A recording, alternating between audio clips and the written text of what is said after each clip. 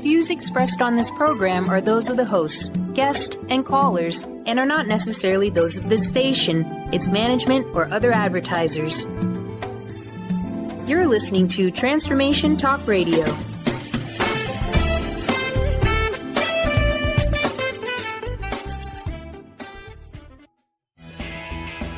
What if your biggest dreams were already assured as they've been written in the stars? Want a boost to raise your vibration to 5D and higher? Soul Wisdom Radio with Wendy Rose Williams helps you access the wisdom of your higher self and guides to balance your ego, progress spiritually, and discover your life purpose and larger soul mission. Wendy is a Seattle area past life regressionist, certified spiritual teacher, Reiki master energy healer, and award-winning author. Plan your magic carpet ride now with Soul Wisdom Radio with Wendy Rose Williams. Good morning. I'm Wendy Rose Williams, and you're listening to Soul Wisdom Radio on TransformationTalkRadio.com and to our debut on Facebook Live. Join us for the next hour as we welcome in an amazing Master Number 11 year. 2018 reduces numerologically to the number 11. And as we help you tune into the deep wisdom of your own soul or higher self to live a more joyful life. Mahatma Gandhi said, "The greatness of a nation and its moral progress can be judged by the way its animals are treated." Today's topic is the deep bond many of us have with our animal companions.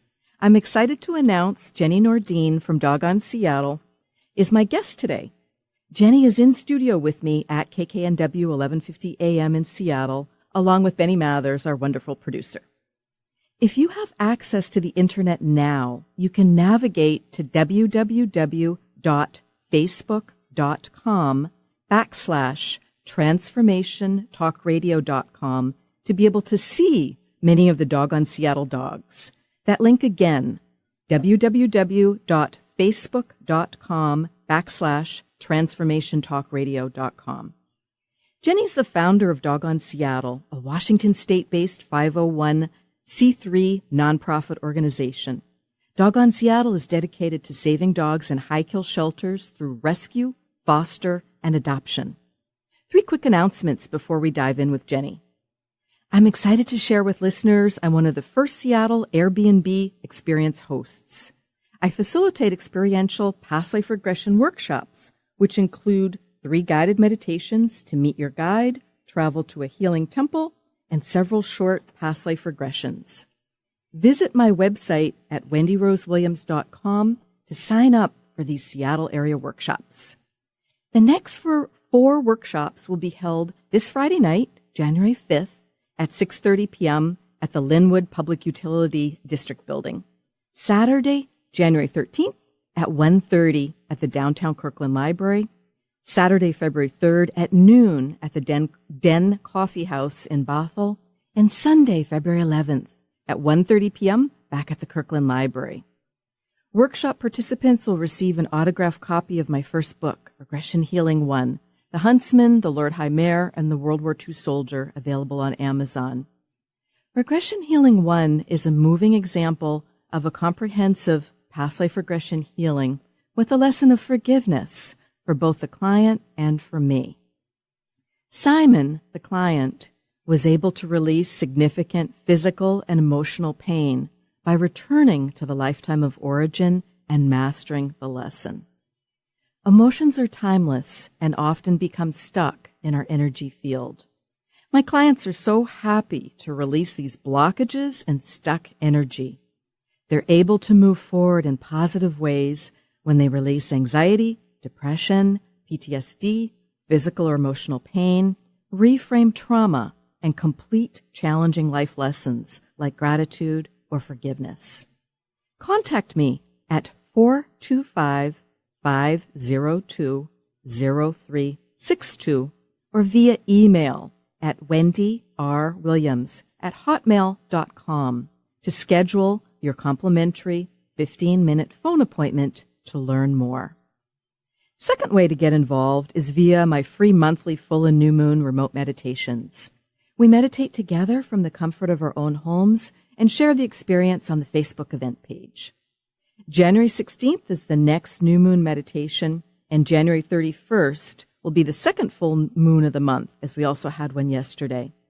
The theme for the 3 January meditations is human dignity and physical and financial freedom, specifically to end sex trafficking and slavery.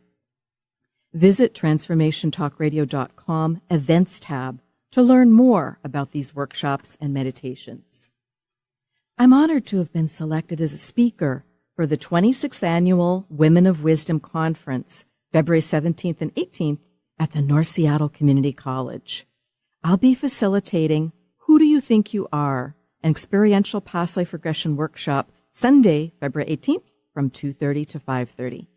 Visit womenofwisdom.org today for more information and to sign up for this popular conference as space is limited.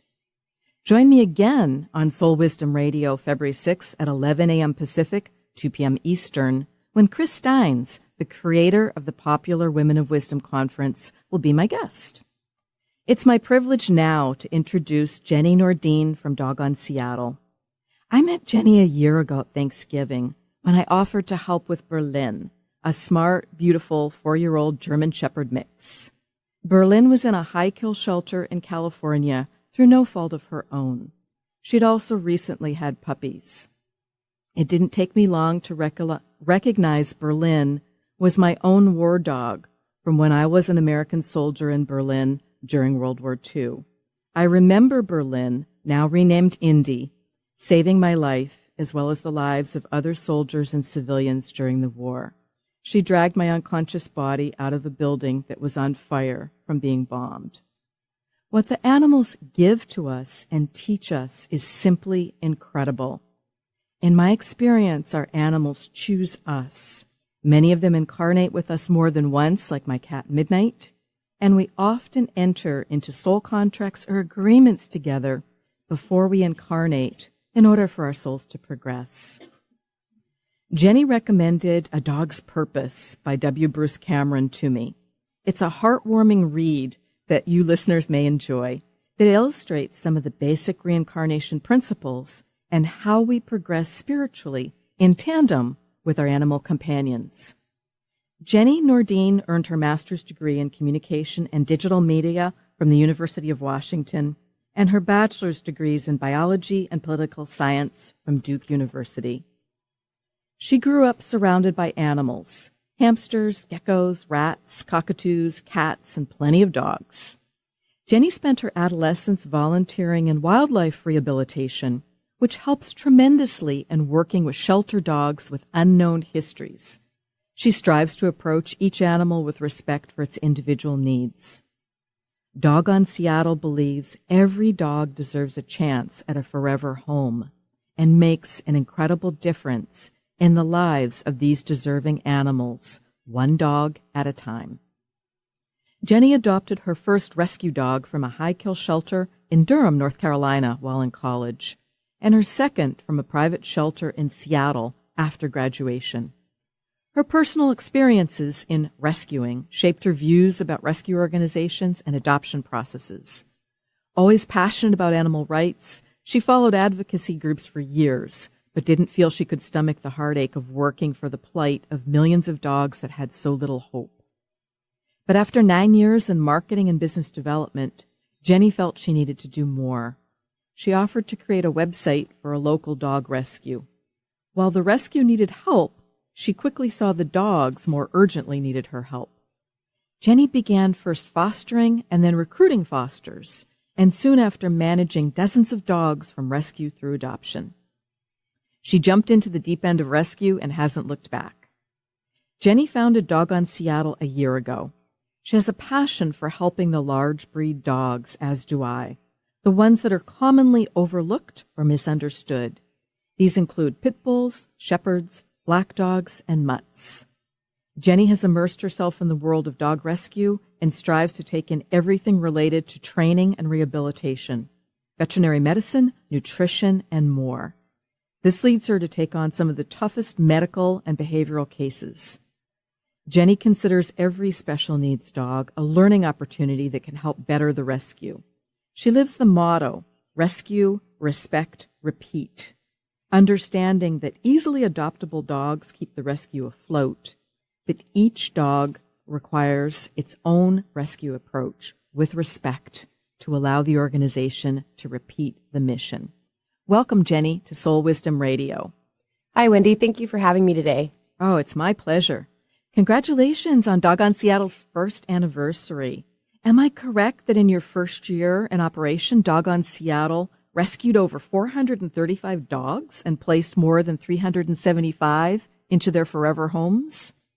Yeah, that sounds right. I think we've found homes for about 400 dogs in 2017. Oh, that's amazing. And how was this accomplished? What's some of the nitty-gritty? Like you said, one dog at a time.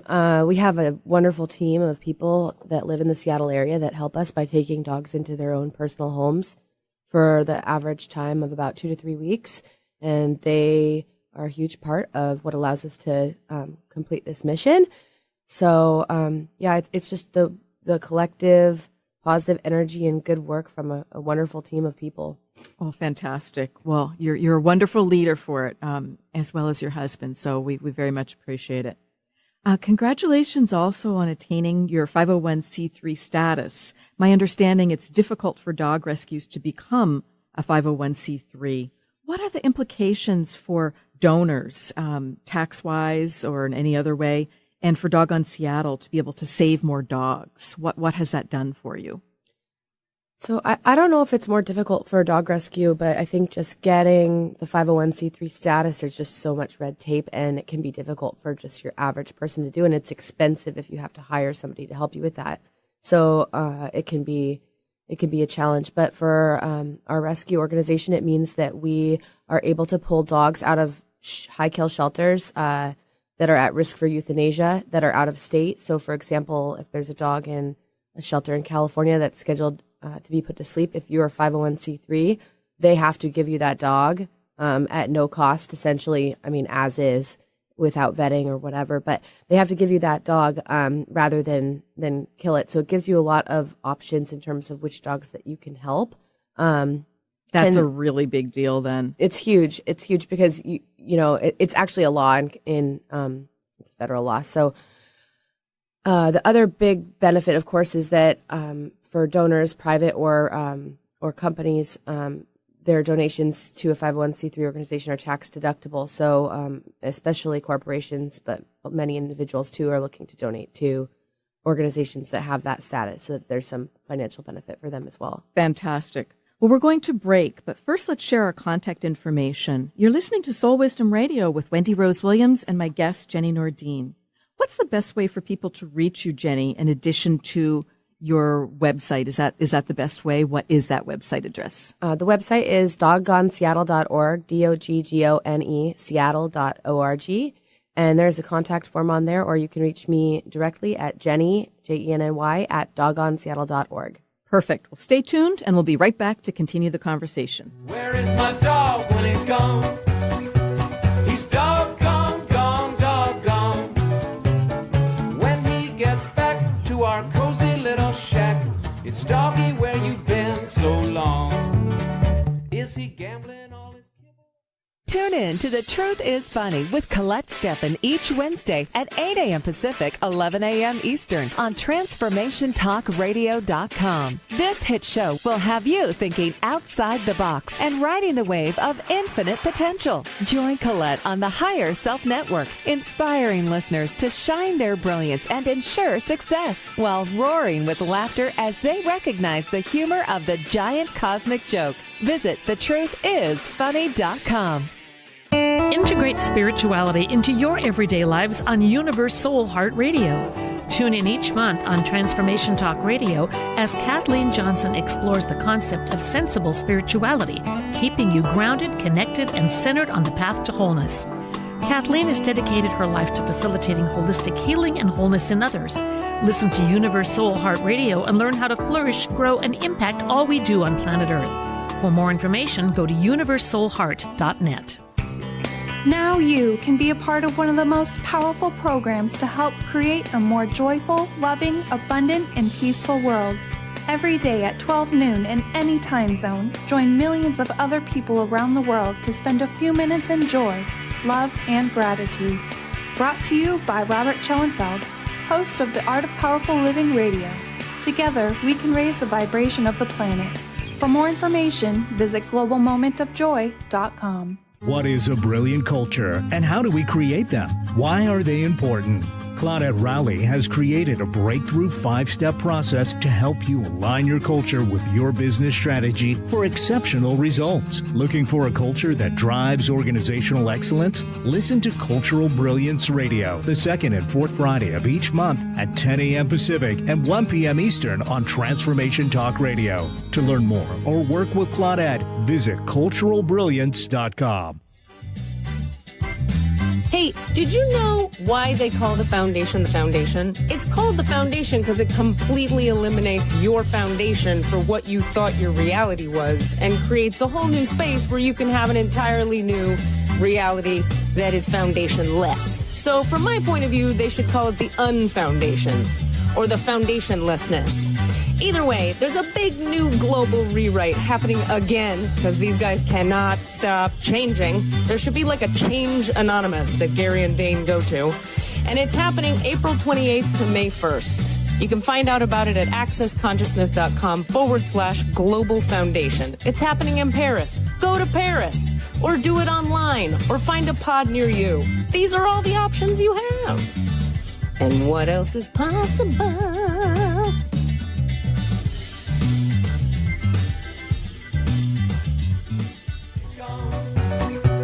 He's doggone, doggone. When he gets back to our cozy little shack, it's doggy where you've been so long. We're back on Soul Wisdom Radio with Wendy Rose Williams and my guest, Jenny Nordin from dogonseattle.org. Thank you for joining us today. If you're just tuning in now and have access to the internet, you can zip over to www.facebook.com/transformationtalkradio.com to see this program as a Facebook Live event to get a much richer feel for what Doggone Seattle is all about. That link again, www.facebook.com/transformationtalkradio.com. So, Jenny, thanks for recapping the importance of that 501c3 and how that really plays out in you being able to save dogs from out of state. That's a very big deal. Why is it so important to rescue dogs from our own shelter system in the U.S.? I was shocked the first time I heard the term death row applied to a shelter, and horrified to learn that many dogs only have a few days to live once they're in a high-kill shelter. Is it true that very few make it out alive due to overpopulation, and how few resources that go into finding homes for these dogs, most of whom have great temperaments and may also be healthy, young, and quite adoptable? What is going on with that? You packed in a lot of questions there. So, there's no one answer to this. We definitely have a problem in our nation. Some shelters obviously are better than others. The public government shelters are often underfunded and understaffed, and they're open intake, meaning they have to take in whichever dogs come to them, either through strays or owner surrenders or neglect situations, and they may have only X number of kennel spaces, and they do the best they can to house the dogs there. But if they only have X number of kennel spaces and they have a certain number of dogs come in and that exceeds the space they have, then if they're not leaving through adoptions or through rescues, then they're not making it out. So that's just the reality in our country right now. There's a lot of things that can be done to work to improve that, which I hope touch on later. But it's more than just the public shelters. Also, there's private shelters, there's rescue organizations. But the overarching theme, I guess, is that there are millions of dogs every year that are killed. And these are adoptable dogs. I don't even think that the Humane Society includes in their statistic of, I think they say it's about 2.8 million dogs a year. They don't even include in that statistic dogs that may have severe medical problems or that they deem not adoptable due to behavior considerations. So it's a big problem, and it's nationwide. It really is. So that regardless of what the number is, we know it's in the millions. It doesn't matter if it's 2.3 million or 2.7 million. Right. We know it's in the million, and this is just in the U.S. Right. So this is a very big deal. Many of our quote shelters, we know they're not shelters at all. They really are death camps. And today's conversation is about changing that reality. What are some of the common misconceptions why dogs end up in a high kill shelter, and what's more the reality? I think that people think about dogs in the shelter and think that they're broken or that they have all of these issues or there must be something wrong with them or some reason why they're there that's their problem. Like, and especially good dog people, they can't really imagine, how someone could give up their dog unless, the dog had, killed a puppy or something, that just, it depends. Sorry. But the reality of the situation is that the vast majority of these dogs are really, really wonderful dogs, and they just need a little bit of time in a stable environment to feel safe for you to see what beautiful, wonderful dogs they are. I mean, I think personally for the hundreds of dogs that I've fostered directly from the shelters, and I do take a lot that other people won't take, maybe had only one or two that I was like, ugh, this dog's going to be a really big challenge. So, right. I mean, the vast majority of them are just absolutely wonderful dogs. So they decompress in the foster homes, and that's what's important is that they're going to a foster home first. Well, yeah, that's a huge benefit. But if you were just a private individual looking to adopt a dog, I would always advocate going to a shelter. It's not as difficult as you might think. The dogs that are in the shelters, I guess the main point is it's not because there's some inherently bad dog. Most likely, reasons that dogs have given up. I mean, people don't have the money to pay for food or to pay for vet care. People may be moving houses to a building that doesn't allow dogs. There may be a divorce. There may be a new baby. There may be any number of reasons that would cause someone to give up their dog that maybe you cannot personally relate to, but it happens. And so rather than sit here and judge that, like, let's help these animals that need help. Right, and deal with the reality of what can be a very difficult situation and decision for that person. Right. And they just haven't realized to get the dog to a no-kill shelter or to a rescue, or there may not be one available in their area. That's true too. And then the whole concept of a no-kill shelter is really kind of a misnomer. I mean, we should not judge shelters that are labeled quote kill shelters because it's not really their decision. I mean, there are things that they can do to try to get more dogs out. But if you're an open intake public government shelter, it's just a matter of the numbers, and they can work as hard as they can to get the dogs out or transferred to other rescues. But for example, like Seattle Humane, which is a private shelter, they are not open intake. So they get to decide which dogs they take in and which dogs they do not take in. So if you have a dog in front of you that's very sick or has behavioral issues, they're probably not going to decide to take that dog because they don't know if they can necessarily place that dog, which of course is a benefit to them, meaning they won't have to kill that dog. And then they're a no-kill shelter, and then they get more public support, whereas some shelters perhaps that are open intake that have to take those dogs actually need more public support. And we as the public are judging those shelters saying, oh, well, they're a kill shelter. And it's like, it's kind of important to take a step back and look at what the reality is, That's one of the biggest lessons that I've been learning in life the last few years through my clients and through my own healing work is don't judge. Just it is what it is, and just try and work with whatever the situation is in the most positive way you can. Yeah. It's really hard to do in rescue, and I struggle with that every day, but it's definitely something that I agree is super important. I mean, when I get emails and calls from owners that want me to take their dog because their dog's 9 years old and they have a kid, sometimes I have to put the phone on mute and just scream. But it can be hard. But we're doing what we can. So it's very hard because you're on the front lines, and that's not a place that people can always be. So my hat's off to you. On a lighter note, How did you select the name Doggone Seattle for the rescue? Wasn't there a different focus for it originally from a project you did in grad school?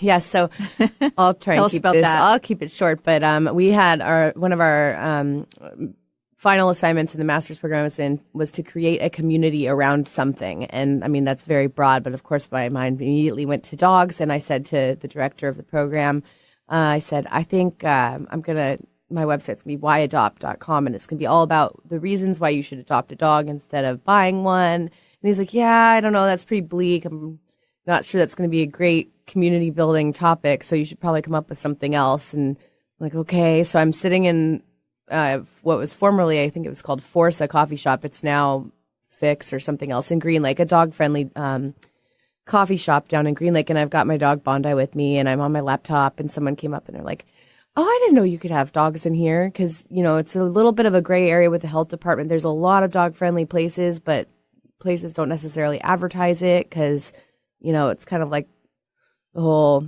you know, we won't say anything if you don't say anything kind of thing. And I was like, yeah, absolutely, this place and, you know, this place down the street and this other bar and this restaurant. And I'm like, wow, because I'd in my head been collecting all these places that I could bring my dog to. Mm-hmm. And so I was like, well, that's what it's going to be. It's going to be the dog-friendly places in Seattle.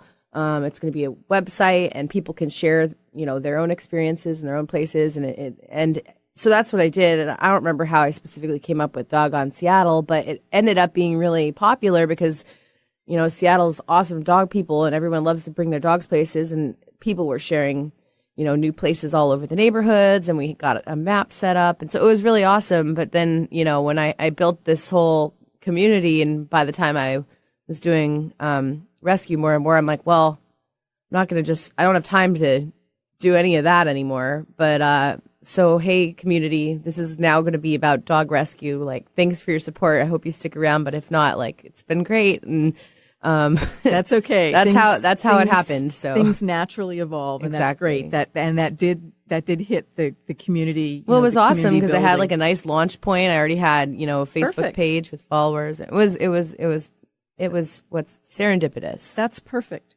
And related to that, Jenny, what are some of the ways you've worked to make workplaces more dog friendly? And what are some of the local Seattle businesses that allow well-behaved dogs in the workplace? Oh, wow. So more and more, actually, I'm hearing lately, I don't know that I would say I've worked to make workplaces more friendly, but when I was working in marketing and business development at Epic Design, which is actually my family's business, I said, okay, I'll come work for you guys, but I want to bring my dog to work, and he'll be good, and he can hang out under my desk. And so that was, you know, they were like, okay, that's fine. I think that's doable, because I was going to be commuting, and I was going to be gone for 9.5 hours a day, and I didn't want to leave my dog at home all day long.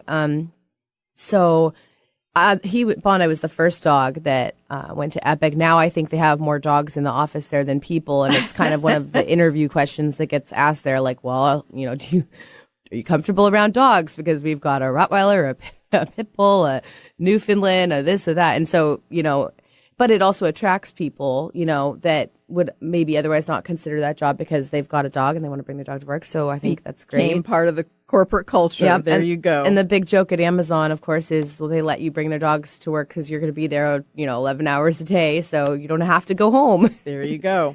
Well, we're going to take a short break in a moment. But first, let's recap our contact information.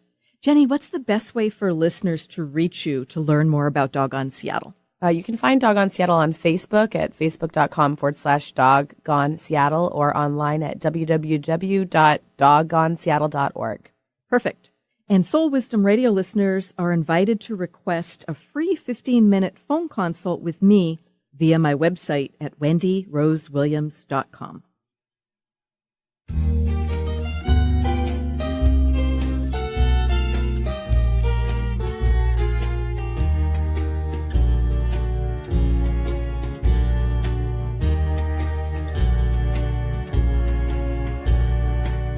Got a friend in me. You got a friend in me. Stay juicy. Tune in to Your Juicy Love with me, Una Drake, co-hosting monthly with Dr. Pat, and every second Monday at 12 p.m. on Transformation Talk Radio. My show, Your Juicy Love, helps you find the dynamic, life-affirming love you've always wanted. Transform your relationships and bring peace, joy, and juicy, juicy love to planet Earth. For more information, visit unadrake.com. Choose the new earth on the Cornelia Stephanie Show. Tune in each week on Transformation Talk Radio as Cornelia takes listeners on an odyssey of higher consciousness to inspire, educate, and empower. Cornelia guides people on the path of self-healing, peace, and liberation. The Cornelia Stephanie Show is your catalyst for anchoring heaven on earth on a global scale. For more information, go to corneliastephanie.com. Did you know that all of the shows on the Transformation Radio Network are available as podcasts to stream or download? Really? Check us out. Go to transformationradio.fm. We have business shows, spiritual shows, energy healing shows, and pretty much everything in between. Something for everyone, guaranteed to inspire, educate, and transform. We are transforming the world, one listener at a time. Tune in to the Psychic Professors Show, The Voices of Spirit Radio, with international medium and spirit artist Dr. Susan Barnes on Transformation Talk Radio, featuring a variety of spiritual topics such as psychic art, spiritualism, EVP, psychic development, and mediumship. This hit call-in show provides listeners with breakthrough wisdom to enliven and enlighten their lives. Visit spiritartgallery.net. Tune in each Friday, 2 p.m. Pacific, 5 p.m. Eastern on Transformation Talk Radio. Tune into the wisdom of your soul for guidance on living a joyful life. On Soul Wisdom Radio, Wendy will provide inspiration to raise your vibration and connect with your higher self and guides. Learn how to balance your ego and to progress spiritually on Soul Wisdom Radio with Wendy Rose Williams. Visit wendyrosewilliams.com or Transformation Talk Radio to learn more about a healing session with Wendy and her events and publications. You got a friend in me. When the road looks rough ahead and you're miles and miles from your nice warm bed, you just remember what your old past said. Or you got a friend. Welcome back to Soul Wisdom Radio with Wendy Rose Williams and Jenny Nordin from dogonseattle.org. Jenny, I know you put a lot of thought, hard work, and creativity into your founding principles of rescue, respect, and repeat, like you put into everything you do. What does rescue, respect, and repeat really look like at Doggone Seattle? Can we take those three founding principles one at a time? Where do you rescue from primarily, and where are the dogs placed? So the rescue piece of it, I guess, is what our main mission is to get these dogs out of situations where they're at risk for being killed, essentially helping homeless dogs. So we help a lot of dogs from Southern California, specifically the San Bernardino area, the Devore and San Bernardino city shelters. I also work with other high kill shelters in California. I'd say about 60% of our dogs come from that area. We also take dogs from rural shelters in Texas. Texas is the worst state in the nation in terms of euthanasia. However, it's a little bit of a more challenge transport-wise. There's a lot of heartworm there, so there's some things that make it a little bit more challenging to help the dogs from Texas. But we do take about 30% of the dogs in our rescue from Texas, and I'd say the other 10% of dogs either come from local families in need or local organizations, other rescue organizations locally that are having challenges with the dogs, either behavioral or medical, where we can step in and maybe because we're foster-based or because we have specific knowledge in that area are able to help. So those dogs, are obviously going to take a little bit more time in the rescue. Excellent. And what does respect look like at Doggone Seattle? So for respect, for me, that is referring to how we treat each dog that comes into the rescue. I think every dog is different, and it's important to just not take one blanket approach and expect it to work for every dog. We, as much as possible, we try to match the dogs that are coming out of the shelter environment with fosters that are going to be able to help that dog. If the dog has medical issues, we've got people who are able to help with that. Nutritional counseling. One of our board members, Ashlyn, is regional manager for All the Best Pet Care, and she's absolutely a wizard when it comes to dealing with some of the special needs, allergies, and skin conditions, and that sort of thing. Or if or if it's like a behavioral challenge, we've got trainers that we work with. Jeffrey Denny of Seattle Canine Command, Tracy Zitnick of Leg Up Dog Training that can help these dogs that literally would otherwise be euthanized, that have these severe behavioral problems, that really, if you can just take a different kind of approach with them, you can see remarkable change and see these dogs that are now feeling, good in their own bodies and can be safe and happy and lead normal lives. So basically, we just look at the dog in front of us and try and respect whatever that dog's needs are and work with what resources we have to help that dog get ready for adoption. Fantastic. And how does repeat come into play? Well, we couldn't do any of this without the help of all of our fosters and volunteers, and also all of the stakeholders, some of which I've mentioned before, people that are involved, people that are donating. So all of the people, in this community, because it really is a community, are allowing us to repeat our mission, and it's one dog at a time. And, each dog that we can place is another open spot for a dog that we can save from the shelter. So, many of the dogs that we get in are really easy, dogs that don't have medical issues, that don't have behavioral needs. And then, those dogs allow us to also help other dogs that maybe take a little bit more time or have more needs. So it's all a balancing act, and finding that balance, it is what allows us to repeat our mission. Okay. And can you educate all of us as to what the term adopt, don't shop really means? I know there's a lot of implications to that. Sure. Well, I think that's a popular slogan to just kind of understand the rescue mission. So shopping for a dog, I think a lot of people will go online, look for a specific breed, purchase a dog, not knowing that this dog is 99% most likely coming from a puppy mill, or at least the mom is in bad situations or in bad health and not taken care of, not a family pet. Pretty much if you're buying a dog from the internet and you're not seeing the breeding parents, you are supporting a puppy mill. And I think a lot of people don't even realize that. So I try to, not judge that. But that would be shopping for dog, buying dogs from pet stores. Same thing. Pet stores source their dogs from puppy mills. We don't have a lot of that in Washington State because there is a high awareness of the problem here. So people are, have literally, with their buying power, shut down pet stores that sell puppies, which is great. And now you're even seeing like PetSmart and Petco and the big chains supporting rescues that come in, bring adoption events and that sort of thing, which is great. Also, I would say Craigslist, backyard breeders. What used to be like the 5 nickel paper, whatever, is now what you see on Craigslist. People will often say, oh, our wonderful golden retriever accidentally had a litter of puppies and we just need to find them good homes, $400 each. And you feel like you're helping them out because what are they going to do? But like they would not have, if they could not sell those dogs, they would spay their dog. They would think twice about doing that again because it is costly to deal with the puppies in the way that you have to do. It's time consuming. And, don't get it twisted. They are making money off of that. And that is just like a little backyard operation. And you're not saving that dog. I mean, you may be saving that individual dog if you want to think about it like that. But the bigger implications are those dogs end up in shelters. That dog may have however many more litters. They aren't professional breeders, so they don't know what they're doing. And they probably haven't been vetted the way that they're supposed to. So Right.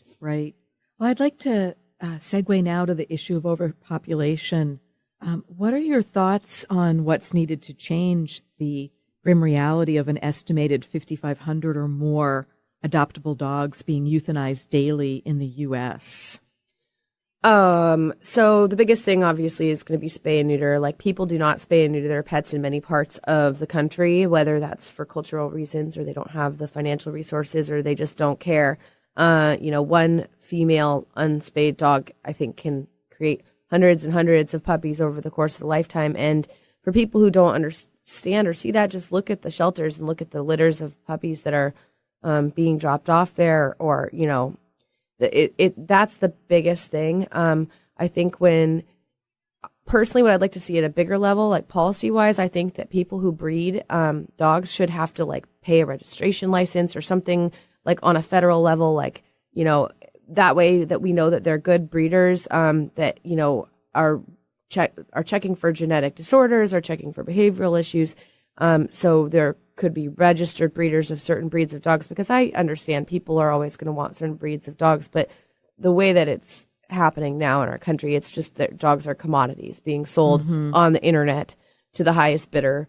And so I think heavy fines for people that don't spay and neuter their pets. I know that might not sound feasible, but I think it can happen. I think it needs to happen at some point in the future. I'd love to be a part of that kind of work towards that policy change. We'll see where we are in 5 years. Yes. Well, thank you for recommending HBO's documentary, One Nation Under Dog, to me, because that really helps understand why such systemic change is needed in our shelter system. And portions of that documentary are really gritty, really hard to watch, but we can't improve a broken system until we deal with the current reality and the facts head on. And I also highly recommend for listeners an actofdog.org. Artist Mark Barone and his wife Marina are putting their heart and soul into advocating for change in the shelter system, just like Jenny and her husband Jonathan. And PBS has just released a 28-minute documentary of Mark's 4-year, 7-day-a-week passion project to paint individual portraits of 5,500 shelter dogs who were euthanized. He chose that number to represent how many we kill each day. And listeners can watch that documentary for free on an actofdog.org's homepage.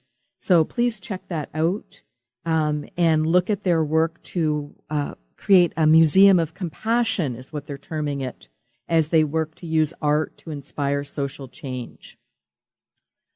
Jenny, what are your thoughts on responsible dog ownership? We've talked about spay and neuter and any other issues with the for-profit breeding system. Have we covered that, or anything else coming to mind? I would just say, if you're going to buy a dog from a breeder, please go physically to that location, meet the parents of the dog, and, you know, see how the parents are living.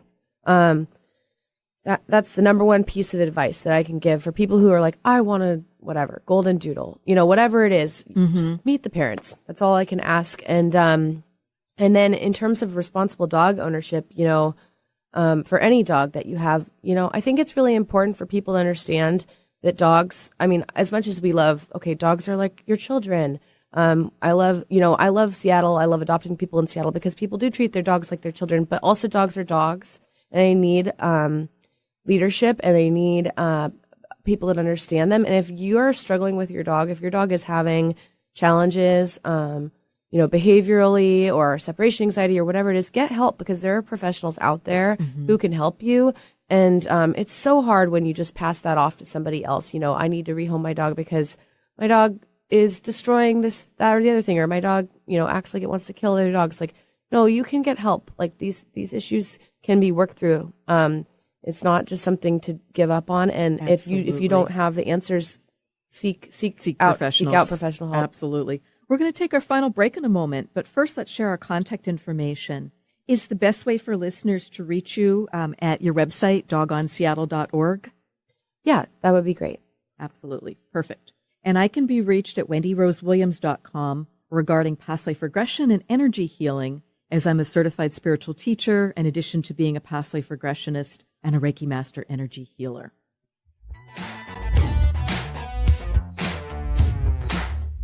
Yeah, this is the story of famous dog. When the dog that chases its tail will be busy. These are trapping dogs. The Knowledge Book, currently studied in 39 countries and 15 languages around the world, accelerates our evolution, takes us out of depression, offers universal truth, protects us, and makes us stronger, both spiritually and physically. So if you are interested in the Knowledge Book, visit usa.theknowledgebook.net and tune in to the Knowledge Book Radio with Marge Potasic on TransformationTalkRadio.com. Winning at the game of money. Lynn Brown is now offering Full Spectrum Finance, a progressive 12-month program that will help you to navigate through the mechanics of financial expansion. Finally, a financial planner who looks at the full spectrum of money and abundance. Engage you in the mental, physical, and energetic aspects of finance. This is Full Spectrum Finance. Are you ready to get into it? For more information, go to fullspectrumfinance.com. Transformation Talk Radio is dedicated to the education and awareness of Lyme disease. Hey, everybody. Welcome back to Lyme Talk Radio. I'm Dr. Pat, joined here by Dr. Nusheen Darvish. Dr. Pat Basili and Dr. Nusheen Darvish will be bringing the most innovative, groundbreaking information, research, treatment innovations, and stories from those it affects every day. I'm so excited to be talking about this. We have so much to share. Dr. Darvish and I are planning to do is connect the dots. People suffering with all sorts of chronic diseases, it's time. It is time for them to transform. Tune into Lyme Talk Radio and help keep our mission strong. For the loyal listeners out there that have been listening to this incredible show on Lyme disease, we are not going to let you down. We're going to come through stronger and enrich the platform for Lyme disease awareness through Lyme Talk Radio. The message will continue, the conversations will become stronger, and the healing epic. Chances are you've been on your conscious journey for many years, and you've learned a lot about manifesting a wonderful life. But if you are like many others on their spiritual paths, you may still have some area of your life where you're feeling stuck. Perhaps you've read many books, attended lots of workshops, listened to many programs, and done plenty of inner work, and yet there is still something you'd like to change. With all the information out there, it may be hard to see the forest for the trees. Do you want to get a bird's eye view of that forest so you are empowered to navigate more effectively? Do you want to know the key to positive change and develop a personalized strategy for creating the changes you desire? Please join me, Christine Upchurch, for a 4-week webinar series beginning January 9th. Start your new year right and embrace the vibration of change. For more information, visit ChristineUpchurch.com. That's ChristineUpchurch.com or call 425-999-9836.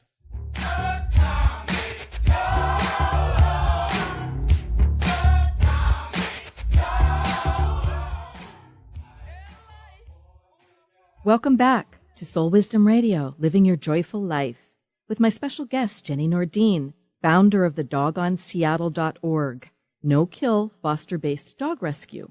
I can be reached via my website at wendyrosewilliams.com regarding healing and releasing past life energy to live the fulfilling, joyful life you're meant to love. So, Jenny, what are some of the ways listeners can get involved with Doggone Seattle? How can Seattleites foster, adopt, or volunteer with you? If you're looking to adopt a dog, we have about 50 dogs in our rescue at any given time, and we're really good at matching dogs with families. If you need a dog that's good with cats or kids or whatever, we can help find that dog for you. If you have any interest at all in helping a shelter dog, the best way to do that is by fostering. We cover all veterinary care. We can provide supplies as well. You basically provide a safe landing spot for the dog to decompress from the shelter environment and then provide updates on the dog's personality and temperament. And we screen potential adopters, and we work together to find the dog a home. The average length in foster time is about 3 weeks. For puppies, it's a little bit less, more like 2 weeks. And then for certain breeds of dogs or older dogs, it may be a little bit longer, like 4 to 6 weeks. And then finally, if you're not interested in adopting and you can't foster, you can always volunteer. We need people to help with transport. We need people to help with event planning and administrative tasks. And then, of course, donations are always appreciated as well. And you can find out all about all these opportunities on our website. Fantastic. And on the note of donations, how can our generous listeners donate to you by going to the website? And can you speak to what % of donations go directly to help save and care for more death row dogs? Sure. Yes. Oh, you can donate on our website or via PayPal. I believe the PayPal address is paypal.me/Doggone Seattle. Our rescue is entirely volunteer based, so all of the donations that we get go directly to helping, the dogs in one shape or form or another, whether that's transport costs to get them, out of the shelter to here, or for spays and neuters, or for vaccinations, or for some of the special needs dogs that we have. And actually, because we're just about to do our first year's tax report, which is going to be fun. I'm really not really excited about that. But all of our financial expenditures and everything will be completely transparent and available to the public at the end of the year. Fantastic. So, and it's wonderful to find somewhere where 100% really is going directly to the dogs. So that's wonderful. How would you recommend listeners choose a reputable dog rescue to work with in their local area? Because we have listeners all over the U.S. and Australia and other places in the world. So if they're not able to work with you locally, just how would you recommend they choose a dog rescue to work with? That's a good question. I think that the most important thing is if you're looking at the dogs, you should be able to get information about where that dog came from, how it got to where it is, what veterinary care it's had, and hey, tell me about this dog's personality. What do you know about it? If a rescue is just flipping dogs, they're not going to know very much about the dog, or you're going to get kind of answers all over the place. So you can just have those conversations. Don't get drawn in and kind of tunnel vision over a dog's picture and obsess over one dog, and that's the right dog. Make sure you're working with a rescue that's good, because that means that, 2 weeks down the road, if the dog comes down with something, or 3 months down the road, if the dog has a behavioral issue or whatever, that the rescue is going to be there to support you. And by that same token, I'd say any rescue that you work with should have a policy of, hey, if this doesn't work out, we're taking the dog back, because that's really what rescue is a commitment to the dog from rescue through to adoption for the lifetime of that dog. That dog should be safe. So I think that's a really important thing to look for as well. That is a critical point. Thanks for bringing that up. What else would you like listeners to know so that they can help more shelter dogs find loving, suitable homes? Is there anything else coming to mind?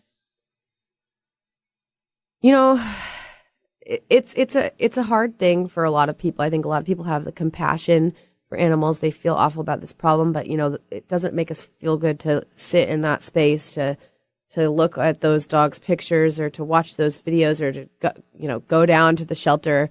A lot of people say that they can't help because it would be too hard for them. I hear all the time, I would love to foster, but I can't because I would just keep them all. And, I get that. I understand. I would lived in that space for years. Mm-hmm. But I would also say that, if you just put yourself out there just a little bit, you might surprise yourself at what it feels like on the other end. Try fostering a dog and work through that process and see that dog go to a home. And it may not be as difficult as you think. There's a lot of support available, from other people that have been there, done that. And I think it's kind of like a cop out to just be like, oh no, I can't. It's too hard. Like, yes, it's hard, and it's also really rewarding, and it's also really necessary. So if there's any part of your being that feels that, follow that. Absolutely. And one of the things that I love about volunteering with Doggone Seattle myself is that you're so flexible, meaning I can come volunteer at an adoption event, but I don't have to go to every adoption event. It's just, when schedules permit. And it's just so great to be there with that dog one-on-one, because none of them are in crates. You've just got a great setup where the dogs can be safe and can meet different families, and families can come in and see a bunch of dogs all at the same time. And same thing, we can also go help the few dogs that you do have that are in boarding. We can go work with them and do some dog walking and socializing and that sort of thing. So that's just been a great avenue for me. And it's something that I enjoy doing with my daughters, too, who are in college and when they're available. So it can be a family volunteer project, too. We love having your support. It's always awesome to have people who, come and stay around and get to know everyone. And we have a really great team of people, too. So a lot of people have a lot of fun with it, which I hope everybody has a lot of fun with it. Absolutely. And you're also unique because you've got the pups and peeps. So you've got the monthly or bi-monthly, whenever there's a social, and people can just go and enjoy being there with their dog and with other dog savvy people and get some ideas and just enjoy being out and about. So there's where your original Doggone Seattle, the community, it all ties together. It all ties together, exactly. Well, last question. What experiences have touched your heart the most in working with the dogs? What have they taught you, and how have they changed you? Well, that's a big question. Every dog I believe every dog kind of teaches you something different. And I mean, I think the biggest thing that I've learned is patience, and it kind of ties into the respect piece, is that every dog needs something different. So you've got to approach each dog with patience. And I can get frustrated, and I can be an impatient person, and I feel like the dogs kind of allows me to step back and say, okay, goose fraba a little bit here. There's like explosive diarrhea and everything. The couch is ruined and blah, blah, blah. But at the end of the day, everything's going to be okay. Just going to deal with each problem as it comes to you. So I think patience and just like a sense of humor as well. Absolutely. Well, on that note, we're going to end. And this is Wendy Rose Williams from Soul Wisdom Radio with Jenny Nordin from dogonseattle.org. Thank you so much, Jenny, for being here today. Thank you to Benny, and thank you to Jessica for creating the Facebook Live. Thanks, Wendy. You've been listening to Soul Wisdom Radio with Wendy Rose Williams. Tune in each month on Transformation Talk Radio to raise your vibration and live a joyful life. Wendy reviews crucial energy basics in fresh new ways from her perspective as a past life regressionist, Reiki master energy healer, and spiritual teacher, including how to ground, clear, and balance your energy to be sovereign. Tune into your soul's infinite wisdom, raise your vibration, and discover your greatest joy on Soul Wisdom Radio.